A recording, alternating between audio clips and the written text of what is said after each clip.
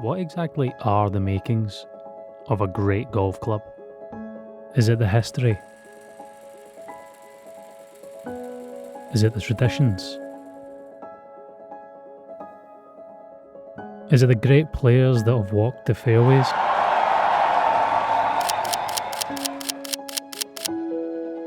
Or is it the course itself?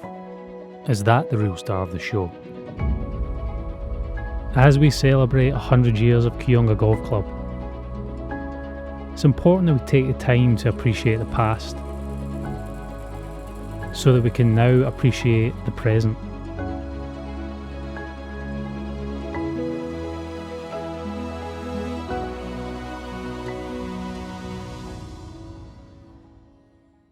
The story of the club is well known, with this just being Sandhills in 1922.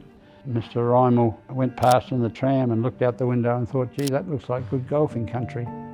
And that was the embryo for him putting in a heck of a lot of work and time and effort so that he could put on this course.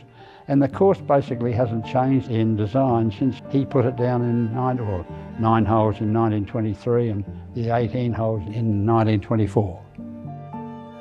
I reckon he knew it just wasn't going to be a play around. Mr. Rymel, with the help of a band of local businessmen, including Edward Lever, recruited Arthur West from Royal Adelaide to get to work shaping and building the golf course. Arthur West and one bloke and a pair of horses just about built the course, physically built the course. I mean, Cargie had the brains, but somebody had to do the work. They didn't have a team of 14 on the staff or whatever, they just had a horse and cart, him and another bloke. Well, I mean, it's crazy, isn't it? But he obviously was a very dedicated person. One man who knows the dedication required to maintain a golf course like Kooyonga is current superintendent Richard James. I've got no doubt that when Arthur West was shaping the first greens, the strive for excellence was there. Kooyonga's a prestigious course, very well-known course, so with that comes expectation, which is part of the job. So yeah, we certainly strive for the best conditions we can provide on a daily basis, and look to be progressive with everything we do, and yeah, provide the best playing surface we can on a daily basis. Coming from Flagstaff, which is where I was a member at that time, the place here is just immaculate compared to those courses. The grass is like carpet, and everything is meticulously manicured, and the challenge of the course, I think, was the big thing. More so than a lot of other courses, it's achievable for everybody. It's not an overly long course. If you hit the right shots, most people can get around the course and play to a high level. One of the things I always find is if you've been away and played, or if I've been away and played somewhere else, you come back to Kooyonga and you just think, I'm in paradise. You walk on those fairways, it's like walking on carpet, and we're just unbelievably lucky. It's something that a lot of people that join Kooyonga because of its reputation and the sort of course and the way it's been presented over the years. So I think there's absolutely a sense of pride in the rating of the course and the reputation of the course, and that's certainly something we're mindful of and try to uphold and, like I said, build on where we can.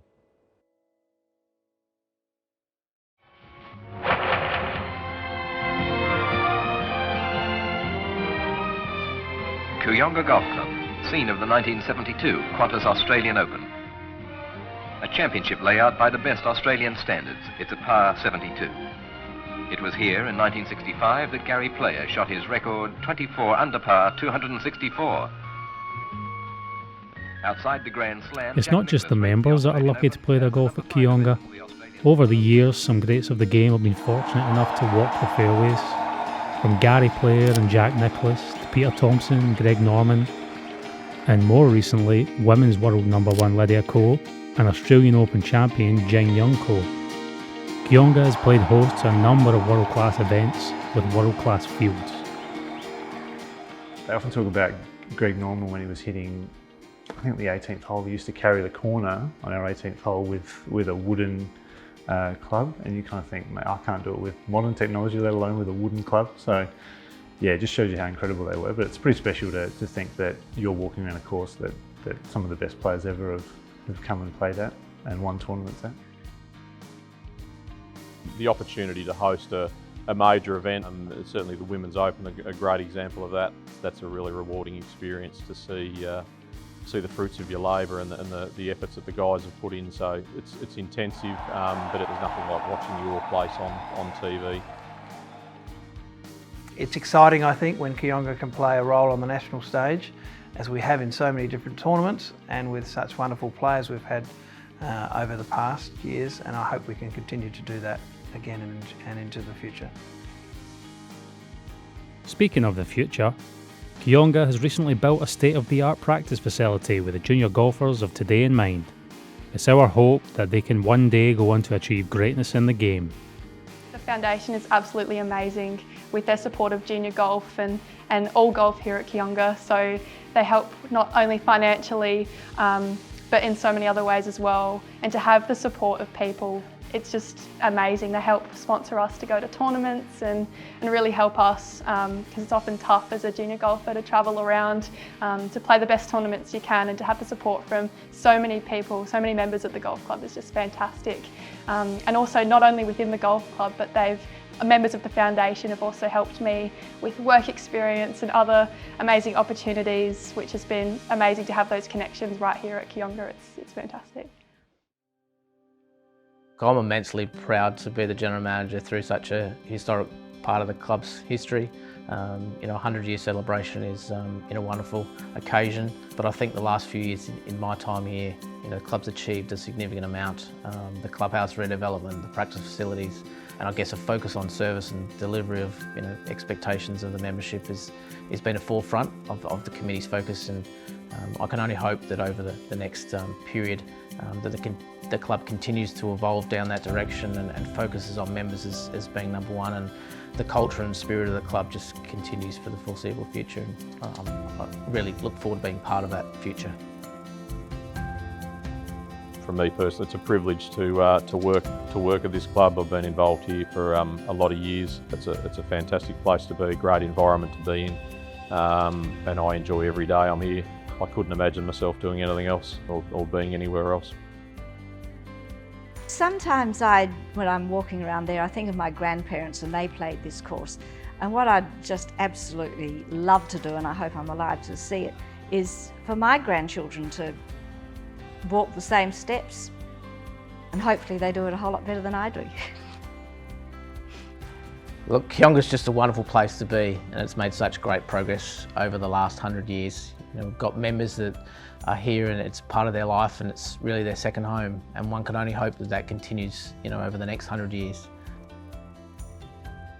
Well, I would like to thank all of the members for joining in this wonderful celebration. There's been a host of events, and I think tonight, viewing this video will be the first time you're seeing it. Will be at our gala. We've got Mr. Player here to celebrate all the wonderful achievements he had here at this golf club. But it really is an opportunity for us all to look back and understand and thank the past members for passing on the wonderful values that Kooyonga is based upon.